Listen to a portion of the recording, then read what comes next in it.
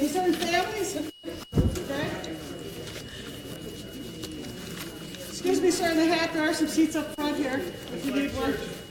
Just like church, you come late and get up front.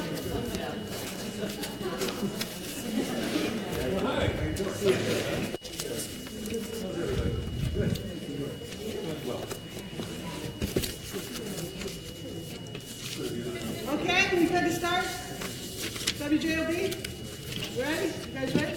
All right. This is Julie O'Connor. Hi. My co-legal on behalf of the Concerned Families of the Westlake Corridor Project, welcome everyone this afternoon. Thank you very much for coming out to hear about the train. We are here to welcome Congressman Visclosky, who we've invited here today to talk about the Westlake Corridor Project and answer questions from the residents who live along the corridor. For anyone in this room who is possibly unaware, the Westlake Corridor Project is a proposed 8-mile extension of the South Shore rail line. This extension will run from a new gateway station in Hammond south through Munster and then to the Dyer border at Main Street. Representative Visclosky has been the chief architect and proponent of this plan for many years. So we wanted to go straight to the source for the many concerns and the questions that we have, the people who live around who live along the corridor. The way that this meeting came about is kind of a funny story. We went to a Crime Watch meeting in Cherville, and we sort of ambushed the congressman. We had protest signs, and we looked a little bit. Never happened before. But I have to say he was completely gracious and agreed to a meeting basically on the spot. So thank you so much for doing that. It means the world to us that you're here to talk to us about the project, and to your staff who helped set all this up. Thank you very much. You're welcome. And if we could show our appreciation for Congressman Visclosky for being here and thank him for his time for us today. Thank you. Thank you. So Congressman, if you could please start us off Sure. with a description of where the train project stands, Okay. what the timeline is, where it's going from here. Then I have some discussion points and some submitted questions, and then we will open the floor for Q&A if there's time. So That'll be fine. What I would like to do is just take a few minutes, because I do want to get into a discussion, take the questions, and hear your concerns, is to put this project into perspective.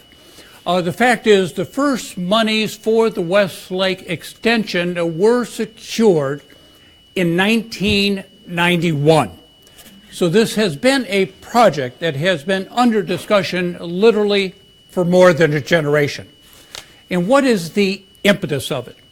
The impetus of it is to grow our economy and create jobs, particularly for young people, so that they stay or return to Northwest Indiana.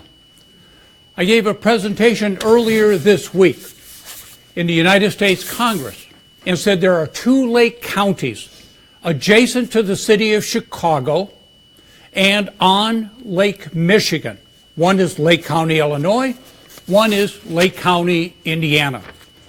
Since 1970, the population of Lake County, Illinois has increased by 83.9%.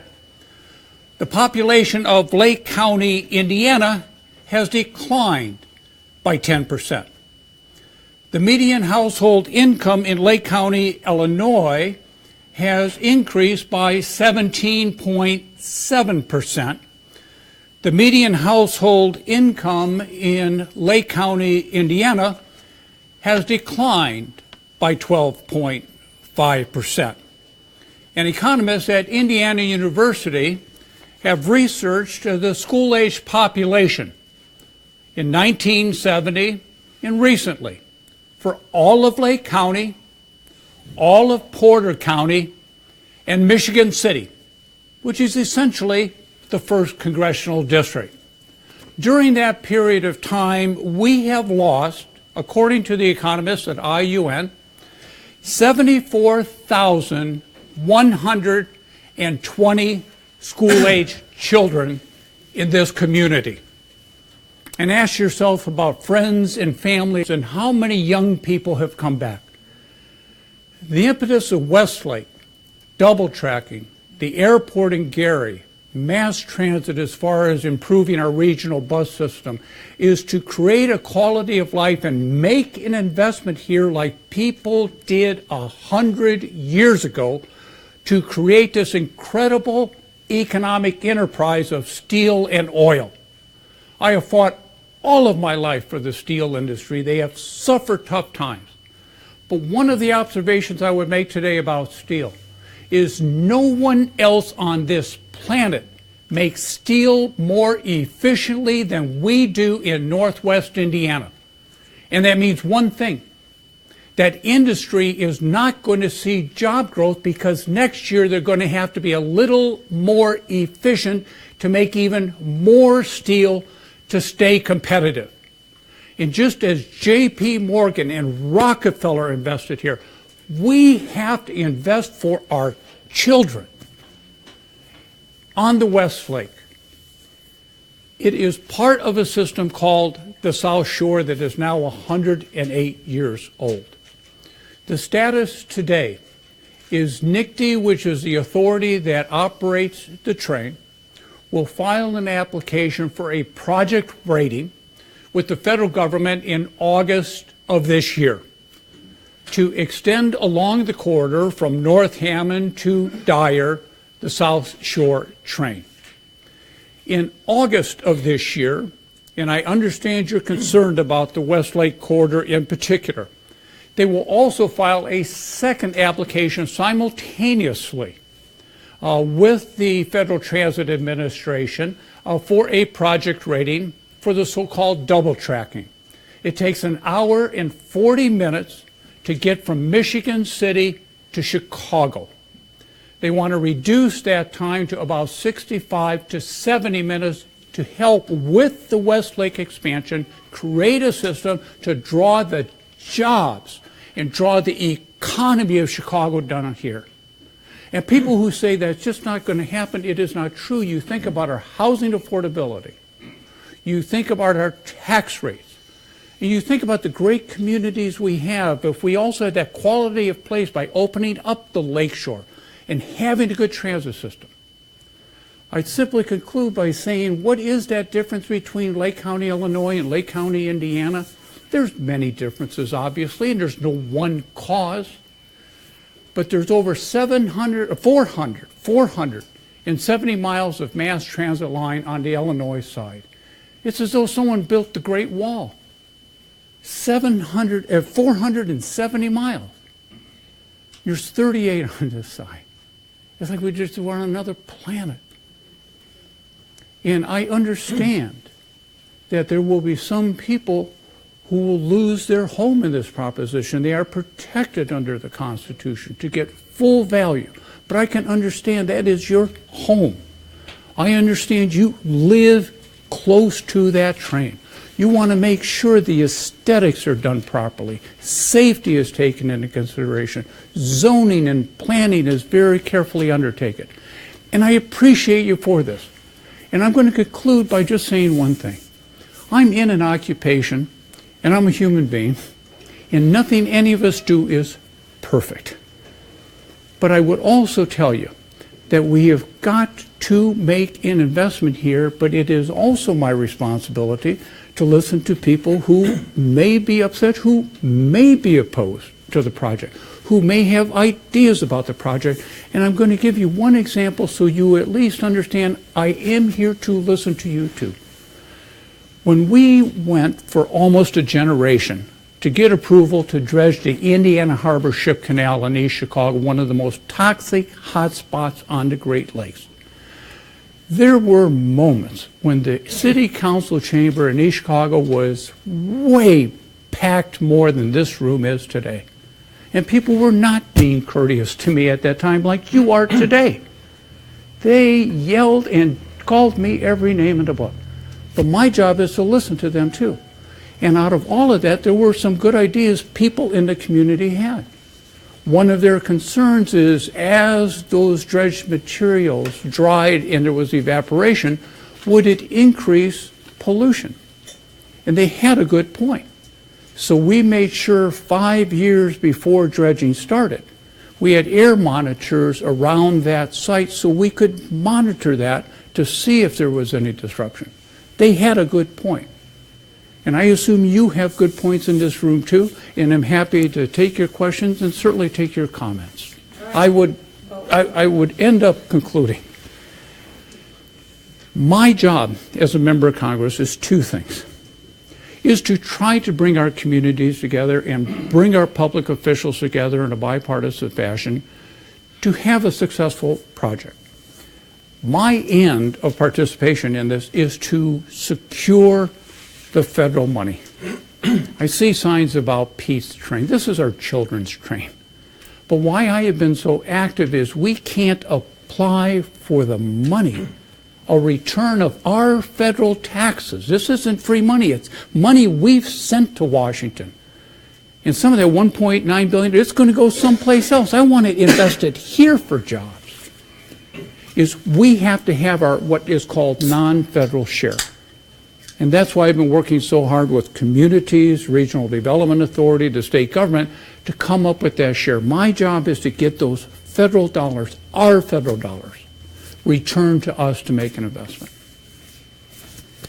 All right, we have some questions that were submitted. We'd like to go through these, and then with the remaining time, we'll open up the floor for Q&A. So the first question, and keep in mind, these didn't all come from me. In 2009, the Indiana State Legislature, and this is one I have to say, this is one that comes up a lot. One of the most frequently asked questions that we get asked is about the referendum. So let me finish the question. The Indiana State Legislature ordered a referendum in Lake Porter, LaPorte, and St. Joseph County. Those are the four counties through which the South Shore currently runs, regarding funding for the proposed South Shore extension. The proposal was voted down in St. Joseph and Porter County, and a referendum was never even held in Lake or LaPorte counties. Can you speak to why this referendum, or it's a two-part question, can you speak to why this referendum or some other mechanism to obtain voter input was not pursued? And do the taxpayers who were denied this vote have a legitimate complaint? I don't want to impute motives to anyone who requested the referendum in 2009, so I will certainly not do that publicly today. But I certainly think at that point there was great apprehension that people's taxes were going to go up because of this project. And so there was a demand to the legislature to authorize a referendum. You have referendums now in places like Munster and Highland and Maryville for school construction. That's according to state law. But the fact is there are no new taxes that are being used for this project. So the issue of new taxes, which was at that time under discussion in 2009, is absent completely from the debate today. And I would also tell you, there are referendums every 6 months and 18 months for me. For other public officials, it happens twice every 4 years.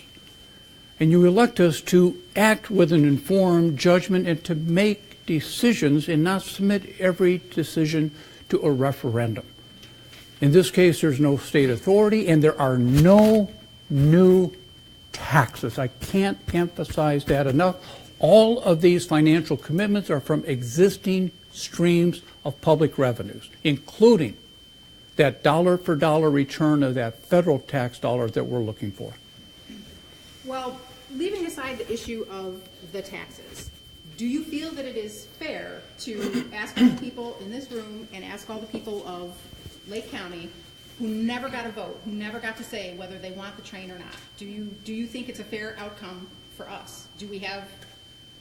My short answer is we have been debating this issue publicly for over 30 years. There has been debates in the town of Munster, in Highland, in Maryville, before the city council in Gary, in all of those counties. There's been a continuing referendum that has taken place. To date, 16 of the 20 communities in northwest Indiana in Lake County, including places like Snyder, population 277, they're contributing money because they want to grow the economy. New Chicago is contributing money. the train's never going to go to New Chicago, at least not in the foreseeable future. But they want to build an economy. They had public meetings. They had public votes. This has been a public process. No one has been left out of the process. I understand people who live in Munster have made recommendations to the town board as far as things that ought to be taken into consideration now that this process is going to come to fruition. Thank you. I'm glad you mentioned the towns that are participating because someone raised the issue that recently support has waned for the train extension among some local municipalities. Merrillville is considering reducing its financial pledge. Griffith residents just voted no. That is not true. Well, That is not true. They postponed it. They did not vote no. There is not a community in Lake County today as we meet who has voted no. That's because you don't give us the chance to vote. If you gave us the chance to vote, we'd vote. Each town has voted, and this has been going on for a generation, and those... Is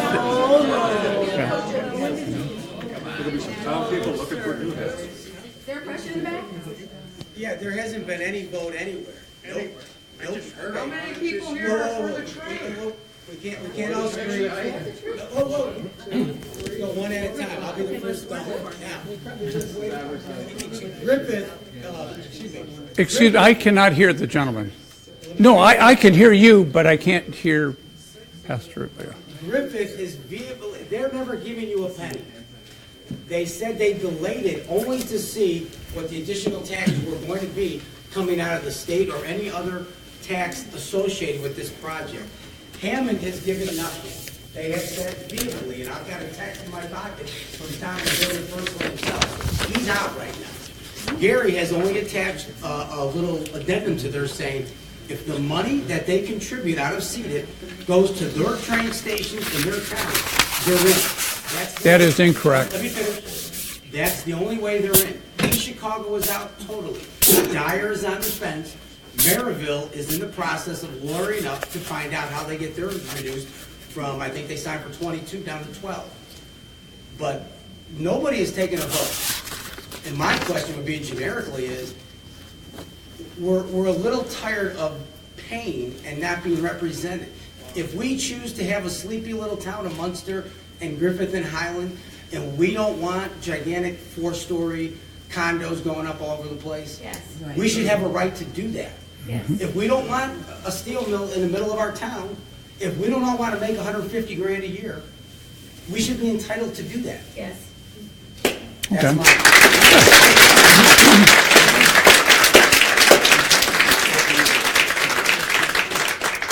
I would just like to react factually to a couple of the assertions you've made. Griffith has postponed a vote. They have not voted no, and I have not been informed by the town of Griffith. They said they would never participate. You are absolutely correct in terms of a binding vote. Hammond is still pending, but they have not voted no, and they have indicated that they are going to participate. I was at the Maryville Town Board meeting of those elected officials in an open meeting, and they tabled their proposal. What I would read to you is the fact that Winfield and Whiting and Snyder and Sherrville and New Chicago and Munster and Maryville and Lowell and Lake Station and Lake County government and Hobart and Highland and Gary and Dyer and Crown Point have binding commitments. At the end, and you mentioned a sleepy town, I think one of the great things about Northwest Indiana, I've lived here all my life, is that each community has its own identity. And you're absolutely right to have a concern about making sure it's the identity you want your town to have. That's why Munster or Hammond or Hobart, anybody, has control over their own zoning and planning and hold public meetings to get input as far as how do you want to see your town grow so that we don't have another 74,120 young people never come back because there's no new job opportunities. That is in your control in each of the communities all of you live in. I asked Al Slater yesterday, and he said there's enough money without going after any further seeded money for this train. So why would anybody who's on the fence give you any more money? You have the money. There's several reasons. One, Oh, he would welcome more money, he said, but there is enough. I want to circle back to this question, because I didn't get to finish it, and on behalf of the asker, the question went on, referenced all these towns who are not participating, but the question is, why don't these towns want to participate if the train is such a great idea? what I've suggested to you is 3/4 of the entities in Northwest, 75%, have already made a commitment. The other 5, 1/4, have not said no. I have always emphasized to each community, too, take your time, see how things develop, garner the facts, and be comfortable with whatever decision you make, because it is a binding commitment. And in response to the lady's observation, I grew up in Glen Park. I grew up in a community where we looked out after each other. We cooperated with each other. We wanted to work with each other. We wanted everybody to do better. And so for the final communities, I would point out that it is incredibly helpful. Every individual community that signs up, when we file those federal applications, it strengthens the application. Forget the money for 1 second. If we could have unanimity, 75% is a heck of a vote of confidence. Unanimity is even better. But I'm Slovak. I don't like to owe people money. I like to pay things down. And if we have greater participation and a few more dollars from CETA, which is an existing revenue stream coming in, and I am convinced to the bottom of my heart this economy is going to grow, those bond issues and financing will be paid off much earlier, and we will avoid some of that financing charge. That inures to all of our benefit. Can we just get through the questions, you guys, because we're gonna run out of time, I'm afraid. Go ahead. All right, so somebody raised an issue about the South Shore, and the observation is, it seems to be a poorly run railroad. Ridership has declined significantly since its high in 2006. On-time performance declined. It is significantly worse than the nearby Metro Electric. Just 4 days ago, service was canceled due to windy weather, stranding passengers. A January ice storm led to major delays with passengers trapped on trains for hours. Apparently that was a national embarrassment. Metro Electric was not impacted by either one of those weather events. How can you justify expanding NICTI's rail service when they cannot even get the basics right? It's throwing good money after bad. I would make the observation that I think NICTI is one of the top 5 run railroads, mass transit, in the United States. And I stand by that comment. I stand by that comment. I testified. Put a bicycle on a train, and they still haven't gotten that right. How many here take the train are commuters, and how long have they been? Okay. How many? One there. I've been taking the train for over 25 years. I've been working in Chicago that long, and I found the train to be really efficient and on time most of the time. There's always things that go wrong, but I have seen the train grow as far as ridership. You can't, once you get past Hammond. Excuse me, can we let the Congressman answer that? The question was Okay, raised. sure. Thank you. You can dispute it, except when I testified before committees in the Indiana General Assembly on behalf of this project on matrices used by transit agencies throughout the United States, whether it be on-time performance, whether it be cost-benefit ratio, any of those indices, they were in the top 5 in each one. I don't think anybody from NICTE, if they were standing here, and I don't mean to speak for them, would say they are perfect. I am absolutely aware that they had to terminate service for a period of time because of weather. They closed a toll road, the weather was so bad. They closed interstates because of bad weather if there's dangers. They put signs on bridges to watch out for ice because the weather's bad. There are physical problems that none of us have control in, and thank God they shut it down so they didn't endanger anyone's life. Okay, The only reason I came to this meeting, I just want to get this in, because I don't know what questions you have there, but I am a resident of the community who's going to be living, whose home currently is very near the planned railway and station. And I just have to say, I don't care how good the train is, what it costs, nobody wants a train in their backyard. that's right.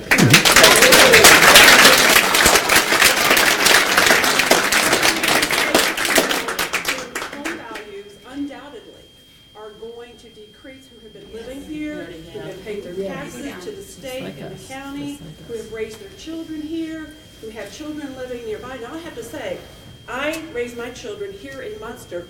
They are staying and living in the community.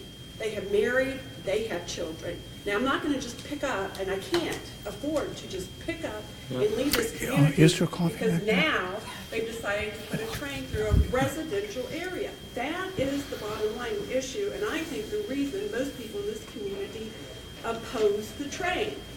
Nobody's against, having development in the area as well, as long as it's well planned. We're already in Munster overdeveloped. Our roads will not accommodate more traffic. What are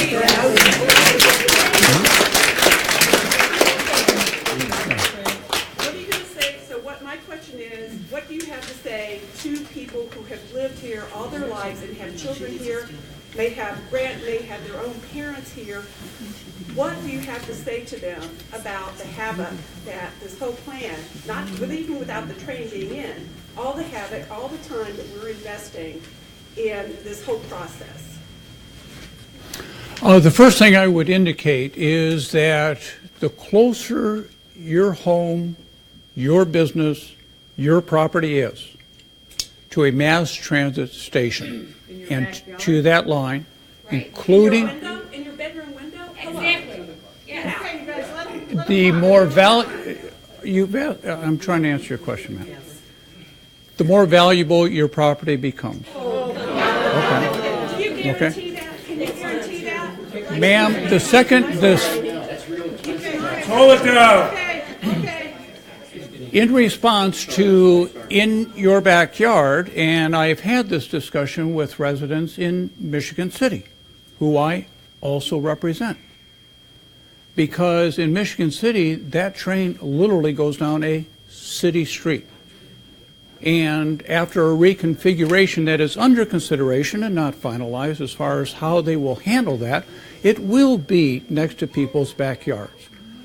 I would suggest to you, those who are doing the engineering design, NICTE, myself, I am empathetic to that issue as far as noise, clearly safety, aesthetics. And that is why I would encourage all of you to continue to be involved in this process with your town on the design, on the zoning of this. And if I could just finish, I see about 3 out of every 4 days of my life an incredibly intense fixed rail system below and above ground in Washington, D.C., Virginia, and Maryland that has existed for more than a generation, because that is where I work on our behalf. People die to live near that train. Not that close, though. What I am suggesting is those trains go through established, and again, I'm not without empathy here. I understand your concern. That's why I'm encouraging you to stay engaged with the city, with the planners, so that those berms and the aesthetics and those issues are handled. that is a real issue, and you are right to be concerned about it. I don't disagree with that. I think you're assuming we are very naive about what a train will mean for our community being in our backyard. I've lived in Chicago, I've been on the Washington Metro. You know, we're not that stupid. I have a follow-up question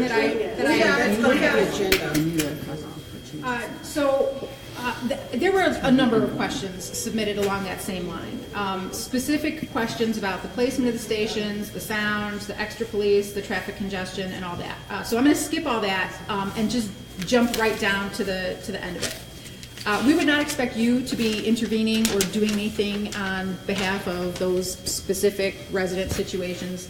But we need to know that our concerns are being heard and addressed. So what will you do after today's meeting to champion those concerns on our behalf, your constituents? What will you do?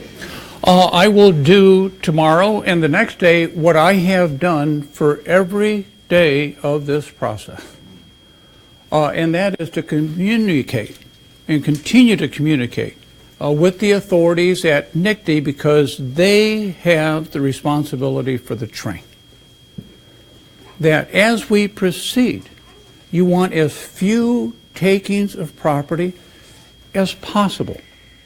You want to make sure people's concerns about safety in traffic, aesthetics, and noise are compensated for to the extent humanly possible. I would not suggest to you this is going to be perfect, but I will continue to advocate that with NICD. I will continue to advocate that with the Regional Development Authority, and we'll certainly want to continue to work with each one of the communities involved if there are opportunities federally to be of assistance. I would point out, every time traffic is mentioned in Munster, I have worked with multiple town boards in the town of Munster, as many of you know, to try to solve one of the glaring traffic problems in northwest Indiana, let alone the community of Munster, at 45th Avenue and Calumet.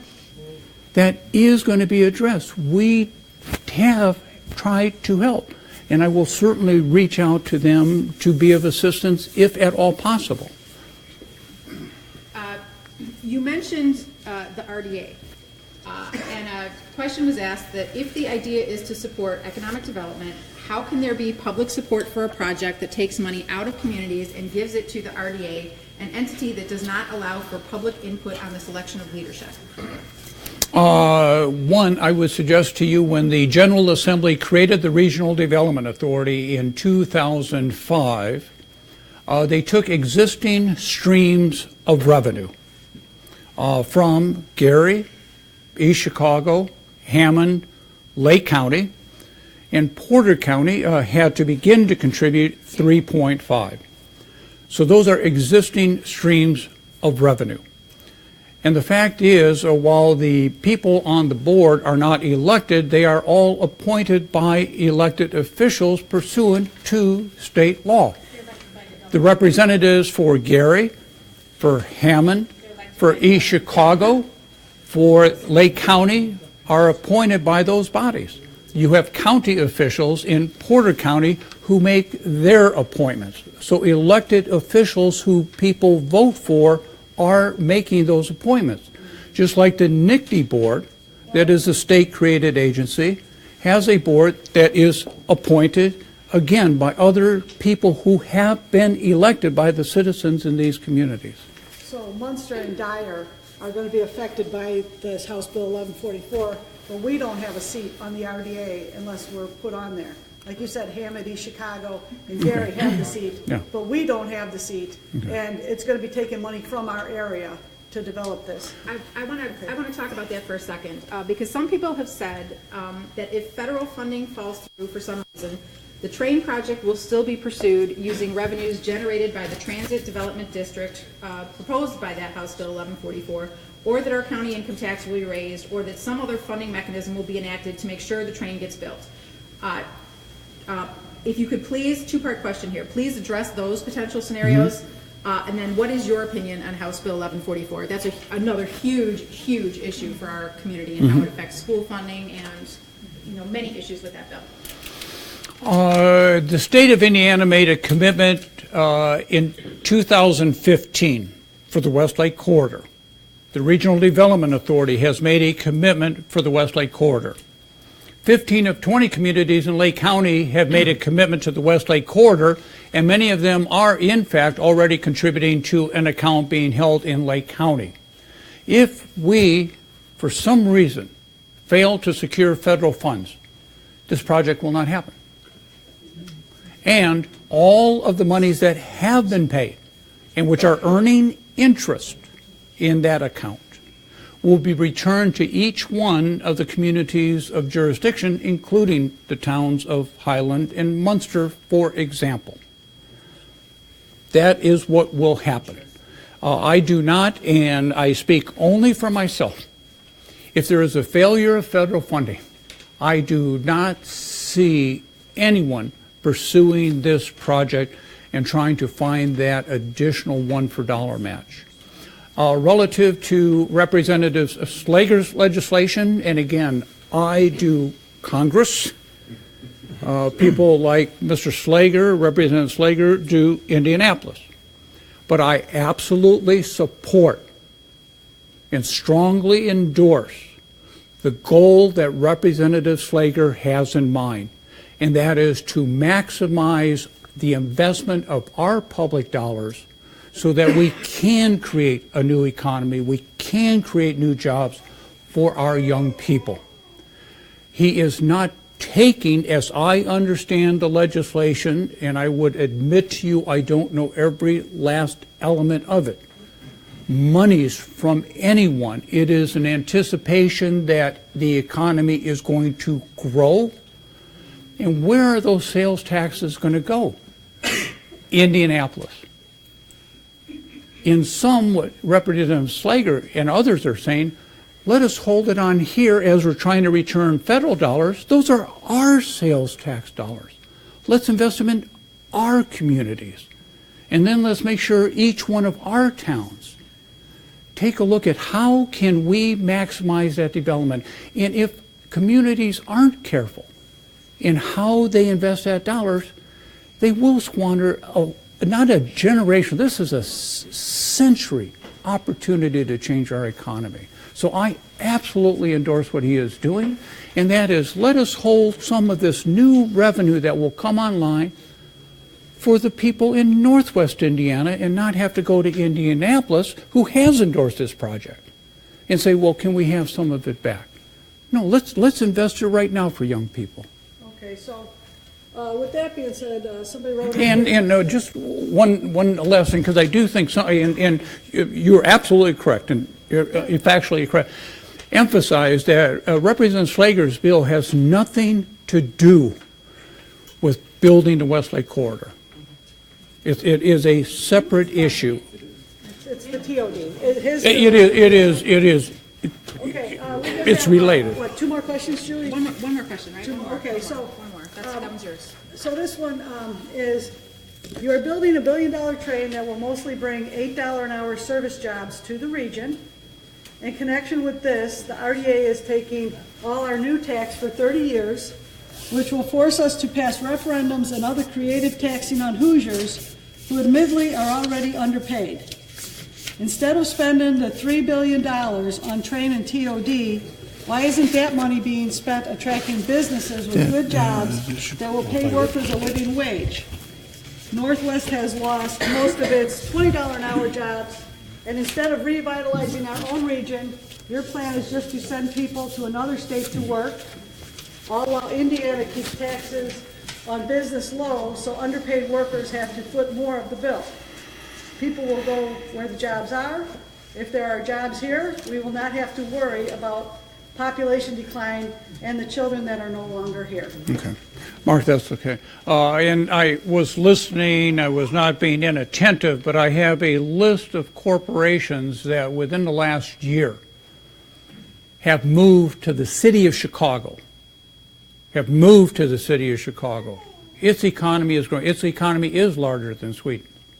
And an average job, unfortunately on some level, and I don't wish him ill, in Chicago pays 30 to 40% more than a job in Northwest Indiana. I don't apologize for getting somebody on a train to make 30 or 40% more for their family and bring those tax dollars back to Northwest Indiana. But that is only, I am happy you asked that. The whole point of this exercise is to bring those jobs here. You think about our housing affordability compared to Illinois. You think about our tax affordability compared to Illinois. You think about 4 interstates in one county. You think about every east-west freight line in the United States of America that has to get around the Great Lakes in one county. If we do mass transit right, they will come and bring that investment dollars, and I would predict to you,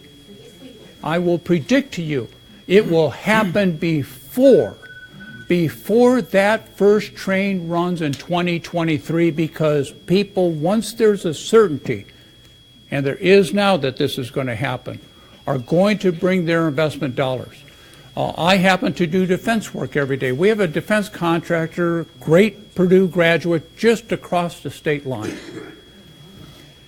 He'd like to be here. He can't attract those young Purdue graduates because he doesn't have a train. He opened up a satellite office in downtown Chicago so he could hire these people. That is a true story. You do this train right, he'll be here. They take the train. I have a question. It's twofold. You just told us that you're having a residence close to mass transit is a boom to you, to the homeowner, because it raises your property value. If that were true, Congressman, why in God's name, we'll jump in the car right now, we'll go to the Hammond station, and you explain to me why that area is the way it is for the last 100 years, and why somebody hasn't come in and said, you know what, there's a train here, it'll take me right to those jobs in Chicago. Let's start buying these properties up, let's put up some condos, let's put up some... My question is short and sweet, Congressman. Why in God's name hasn't it happened in the last 40 years you've been in Congress? None of that has happened. Yet you tell us if we run a train through residential neighborhoods, tear it all up, it's magically going to happen, and these jobs are just, everybody cannot wait to get to the train station to get to downtown Chicago. When the same infrastructure exists right now. We could all get in our cars and drive there, and none of it's happened. Explain to me why that has happened. I'm delighted you asked. I'm serious about that. The first thing is the South Shore has been in existence for 108 years. They're charged with running a train. So development around the stations, whether it be East Chicago, whether it be Clark Street, whether it be Miller, is not their responsibility. Why hasn't it happened? I would be delighted to answer you. Why has a private entity not stepped up and said, this is a boom, this is a potential opportunity? If there's one thing people like in this world, I don't care if you're white, black, brown, what your religion is, it's making a buck. And if there was a way to do it, somebody would have done it already, Congressman. Yeah. So why is this Sure would like to hear an answer. Yes. Why is this going to work when it hasn't happened yet? Okay.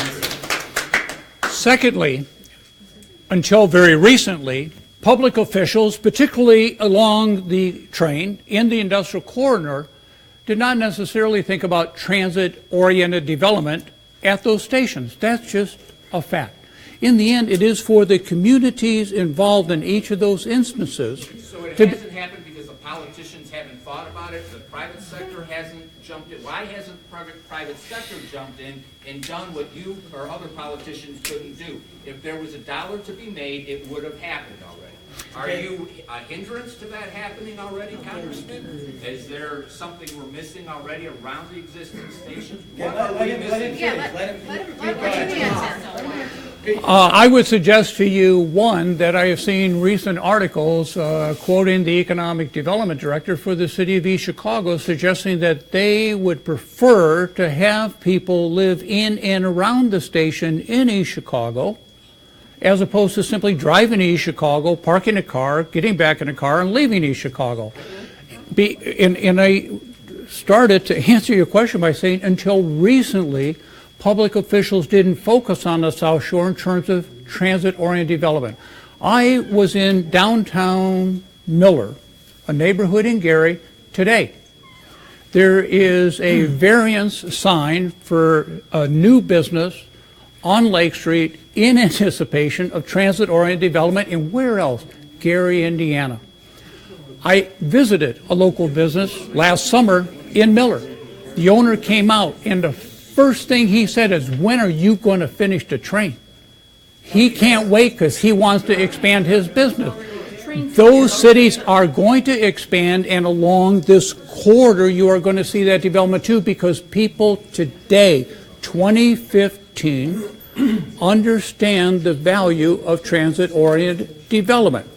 North Hammond, I've seen renderings in the paper. I've not seen them in my hand, by the city of Hammond speculating how they wanted to begin to develop economically around the station on the north end. I tell people, I'm a Notre Dame guy, but I happen to have a lot of respect for Purdue. I think you party at IU, you study at Purdue. That's what I always tell people. You got 10,000 students in a residential campus not far from that station. Chancellor Keene and before him Cohn have done an incredible job at that university. They've created an incubator. They're trying to foster jobs. And you have a South Shore station there, and you could get to and from Chicago and have venture capital. This is going to work out. From the campus to the train already. Okay, so let's not improve it and have two. Let's not improve anything and not have two. They're not using the one. The one has not been a boom Mr. Congressman, with all due respect, I appreciate your lip service today, but I want to make you aware as well that young families like myself and my husband and our child that just bought on that line, just bought a house 6 months ago, and now our money and our equity is going to be down. We will be leaving this community. We will be leaving Munster to go back to that, what this gentleman said, that small town. That's what we're going to leave to go back to that. And it's very disappointing that we bought here. We love this community. My son goes to Munster High School, and we have to leave here because I will not live where there's a train passing where my small baby could be hurt or inhibited. You got a question? We're leaving here. I want to make sure you understand that, because you are talking about all the economic abilities and everything that could happen, but you will have families that will leave here as well, and that is what we are going to do. Okay. Congressman, I want to thank you for being here today, Congressman. My name is Ned Jovanovich. This is my wife, Rosalind Jovanovich. I'm a consultant. I work downtown Chicago. My firm is in D.C. My wife is a 10-year commercial real estate appraiser, knows more about TIFs and funding than anyone. I want to tell you, for the record, we're here today not about the train as much, but our concern is around House Bill 1144, okay? And it's a bigger picture. I think a lot of people are losing the bigger picture here also on the funding and the transparency around House Bill 1144. We are train supporters, okay? I came back from living in Chicago for 21 years. I went to Purdue, I grew up in East Chicago. But I can tell you right now, we met with Hal Slager yesterday.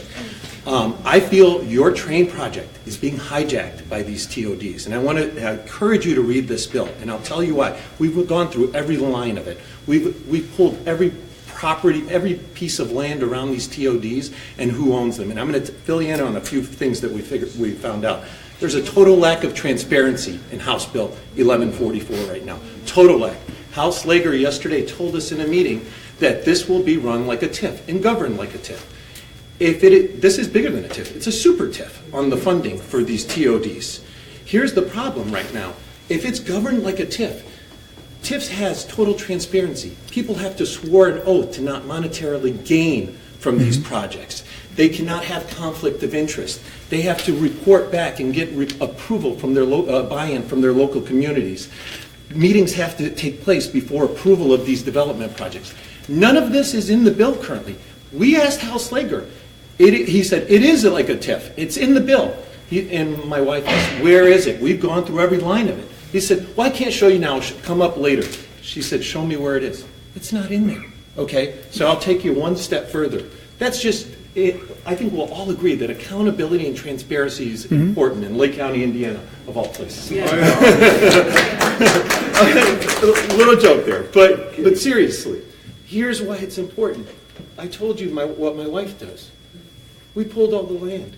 You have members on this RDA board who are going to be in charge of hundreds of millions of dollars of our money, the property tax dollars, okay? That would otherwise go to the schools if they're not being diverted. They would otherwise go to our schools, which is what makes Munster so special.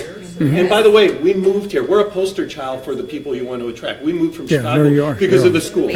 Because of the schools. So I want to tell you this. This is the part that scared us when we started our digging. And she has the resources and the databases. You have people on the RDA board affiliated with the RDA who own land around these TODs. Or their entities own. And I'm a pro-train person. But here's what I want to tell you about your train. You're losing pro-train people if there's not greater transparency in 1144 and accountability. Because I don't want to train if it gives a right, if these TODs and they have a lack of accountability, take away money from the school and there's a lack of accountability. So get this. So they're on the RDA board. They own the property, or their organizations own the property around the TOD, so they can develop the land around the TOD, which they own. And these are also some of the major contributors to some of the authors of House Bill 144 to their political campaigns. It's a trust issue. So here's where I'm telling you right now.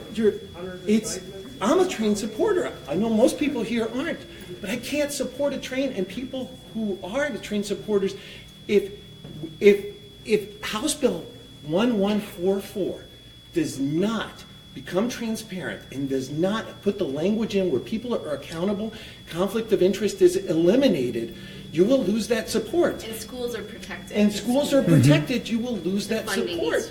And guess what? And if there's resistance to changing that by Hal Slager or other people, I can only deduce that there's only one reason for it. I'm not saying anyone's fleecing the system of hundreds of millions of dollars. But if you don't change the language in the bill, you are opening the door for it to be fleeced. And that's all I have to say.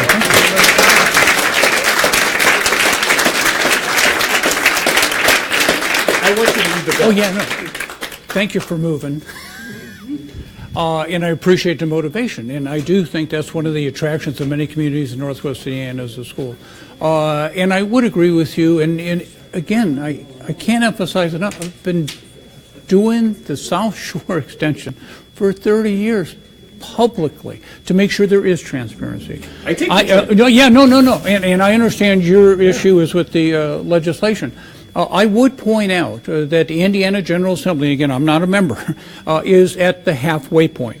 Representative Slager's legislation has passed the House, as I understand it, but it is pending in the Senate. I must tell you, as a legislator in the House, nothing gets done until the Senate gets done. And so, again, I do appreciate the fact that you're engaged. I appreciate the research you're going to, and cannot argue with the issue of public transparency in all public actions. There's no question about it. Is to make that view known, yourselves, anyone else who agrees with you here, to your state senators. And do it tomorrow. Do it tomorrow's Monday. Do it. All right, we have time for just a couple more questions. Stan, I want to recognize you. I'm going to go someplace a little different than my neighbors here. I'm going to a practical matter. A lot of the people here have said they're looking at the parking lot. And my heart goes out to them. It truly does, because I don't want to. I raised my kids here. I'm raising my grandchildren. Been here over 35 years. I don't want to live next to a parking lot. My practical matter is this: my house is the parking lot. Yep. You are proposing to take my property. You tell me the train will be fair and just. Let's talk to the Federation of North American Indians about that one. But my question is this: for the last 3 years, NICD has failed to meet deadlines to get your FTA money. If they miss a deadline again this time, it's not going to be August or September, it's going to be another year waiting to get the money. In the last street, my house was built in 1924. I need to do some upgrades. Windows, furnace. I put a new roof on it, complete new roof, 3.5 years ago. You got me in limbo. Because every dollar I put into that, I don't get back, because you don't want my house. You want my land. So fair and just from the railroad, or I wait for eminent domain, you come down and after me, and that states it's going to be the highest and best value. Why wouldn't I wait to be sued by the government, kicked off my land, than deal with NICTY? Sir, I in your shoes, so I cannot suggest I know how badly you feel, because it's not my home. And I'm serious about that. And I understand there are other properties and other residences that are going to be taken. There are a number of businesses in Michigan City that are going to have to relocate. I'm not in any of your shoes, so I can't conceive of how angry you are and concerned you are, how sad you are. That's your home. I represent 720,000 people, and we are trying to minimize to every extent possible the number of people that unfortunately are going to be dislocated. We are essentially done with the Little Cal flood control project. I assume there are people in this room whose property is worth more because it's not in a floodplain, who are not paying flood insurance now, and who are not in a risk of either physical or financial loss because of flooding. There were, unfortunately, in that, residences, properties, and businesses that were taken, if you would, for the good of the entire community. You are correct in your terminology.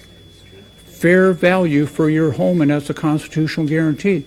I do hope, and it is, again, one of my intercessions with NICTY, and I do believe in my heart, they want to be fair with everyone and never see the inside of a federal court, is to deal with you fairly, and each property owner fairly, because nobody wants to go to federal court.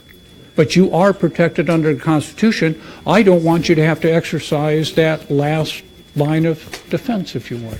Well, do you want to buy my property at residential rates and rezone it to commercial? Yeah, well, and if I could also just also appreciate the fact that you're sitting in a situation now. Okay, Pete, you've been doing this for 30 years, and I'm sitting here now. There is no certainty in public life. NICTY is not going to miss the August deadline. They're not going to miss that August deadline. Congressman, we have time for one more? Yes, ma'am. You've been paid. Okay. First of all, I gave you your first house party when you wanted to be a congressman. You probably don't remember me. You were very What were young. you thinking about? I don't know. I'd like to invite you back to my house, and you can look out my back window at the train and enjoy it like you did 40 years ago. Here's the thing. We've come up with a solution not to take this gentleman's house, not to put the parking lot in their backyard. There's a few people on the Munster Town Board that are more than willing to look into it, but you have a couple people on the board that, without even looking into it, have come up with at least 20 reasons why it can't be moved. All we're asking is that somebody be open about this as to why they don't want to move it, or tell us that they will look into it. It can't possibly cost that much more money in the realm of things, how much you're spending, you know. Right. That's another $500,000 to check this out. Right. But anyway, it would be really nice if somebody would work on that. My second part of the question is, this train station is exactly 4 minutes from Hammond. 2 minutes by train. 2 minutes by train. How can eminent domain justify, how can the government take this land when it's not necessary? That's my biggest question. It's not necessary. We already have one train station in Munster. We have another train station. I'm 63. I could walk there from my house to Hammond. You can't be 63. Come on. The point is, I could walk to Hammond. I could walk there. Huh? That good or what? That's politics. Generally, yeah. I mean, I'm to the point now, if the train goes through, there's a darn thing I can do about it. My house has already dropped in price. Houses are not selling on the train line like they did 5 years ago. Right. Okay, people aren't buying. Yeah. That's the worst thing that's happened already. But the other thing is, how can you justify taking people's homes and putting a parking lot in their backyard When you don't need it. Yeah. You can walk there. Yeah. I appreciate your opinion on that. I would suggest that as far as the location of these stations, as they have been determined, that has been a long process that the gentleman here just kind of referred to. I'm an IU accountant, and I'm not saying this to be cute about it. I'm not an engineer, I'm not a designer, I'm not a planner. There have been innumerable hours and meetings and sessions and consulting. And the theory is to, again, if we are going to, in all of this, there's no new taxes, but it is our money. We ought to maximize the investment of that $600 million. What I'm saying is the determination has been that this will help maximize that investment and that a station is necessary. As far as the rationale, because there has also, and I am familiar with, there's been a lot of discussion going back and forth as to why this parcel as opposed to there's a second alternative. I cannot be here and explain with any specificity because that's not my job. I would be happy if you could leave what I would ask you to do is to leave your name and address, and they'll get it to Mark. I will be happy to get back to you and ask NICTE for an explanation and deliver it to you. So the people really don't have a choice where the train's going. NICTE made the decision, so the town hall meetings have all been a waste of time. We've been meeting for 30 years. Without the people. Without No, I am sorry. I'm sorry you feel that way. United Airline waits for no one. I have to leave. I am happy again in the future as we proceed to meet with you again. You know where our office is. I would ask you to stay in touch with us and to continue your communication. Thank you very much. Thank you. Thanks for coming. I just want to say thank you, everybody, for coming and being part of this. Thank you to the Congressman for being here and being on the hot seat.